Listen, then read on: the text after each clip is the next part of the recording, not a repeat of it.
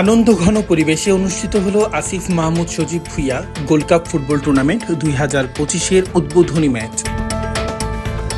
শনিবার বিকেলে বাঙ্গরা একাদশ স্পোর্টিং ক্লাব ও স্থানীয় গ্রামবাসীর আয়োজনে বাঙ্গরা উমালোচন উচ্চ বিদ্যালয় মাঠে গোল্ড কাপ ফুটবল টুর্নামেন্টটি অনুষ্ঠিত হয়।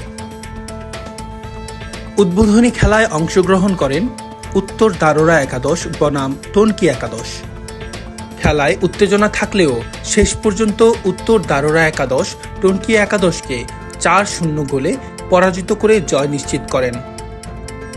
খেলার শুরুতে উপস্থিত ছিলেন বৈষম্য ছাত্র আন্দোলনের আহ্বায়ক অ্যাডভোকেট ওবায়দুল হক সিদ্দিকী, মুরাদনগর উপজেলা কেন্দ্রীয় সমন্বয়ক ইব্রাহিম খলিল, বাঙ্গরা পূর্ব ইউনিয়ন পরিষদ চেয়ারম্যান শেখ জাকির হোসেন, এনসিপির বাঙ্গরা বাজার থানার সভাপতি শেখ আলমগীর, উপজেলার জাতীয় নাগরিক পার্টি উপদেষ্টা গোলাম কিবরিয়া সরকার, বাঙ্গরা উমালোচন উচ্চ বিদ্যালয়ের সভাপতি শফিকুল ইসলাম, অত্র বিদ্যালয়ের প্রধান শিক্ষক মাহবুবুর রহমান সেলিম সহ বিভিন্ন রাজনৈতিক, সামাজিক ও ক্রীড়াঙ্গনের বিশিষ্ট ব্যক্তিবর্গ।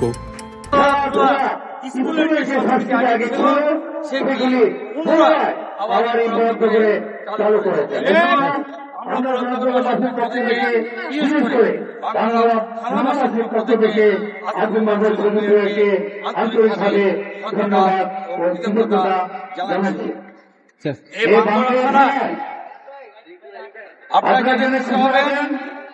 একটা স্টেডিয়ামের জন্য জায়গা দেখা যাচ্ছে। আপনাকে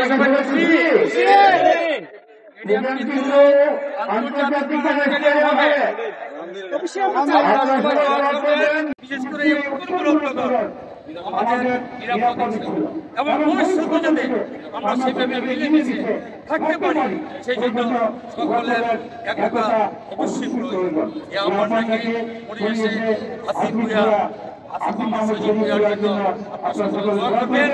এই আহ্বানটাকে আমি আবার শেষ করছি। ফুটবল নিয়ে মাঠে নেমে যান। কিছুদিন আগে ওনারা একটা টুর্নামেন্ট আয়োজন করেছিলেন, তো উনি যেহেতু খেলাধুলা করতে চান, মুরাদনগরের প্রত্যেকটি যুবক প্রত্যেকটি মাঠে মুরাদনগরের প্রত্যেকটি যুবক খেলাধুলায় অংশগ্রহণ করলে আসিফ মাহমুদ সজীব ভুঁইয়ার চাওয়া। আপনারা জানেন উপদেষ্টা আসিফ মাহমুদ সজীব ভুঁইয়া তিনি ওয়ার্ডের মধ্য দিয়ে দিয়েছেন, এর মধ্যে মাটিও আছে, পাশাপাশি আরো যতগুলো মাঠ আছে সবগুলাই সংস্কারের বরাদ্দ করা হয়েছে। আপনাদের জন্য মাঠে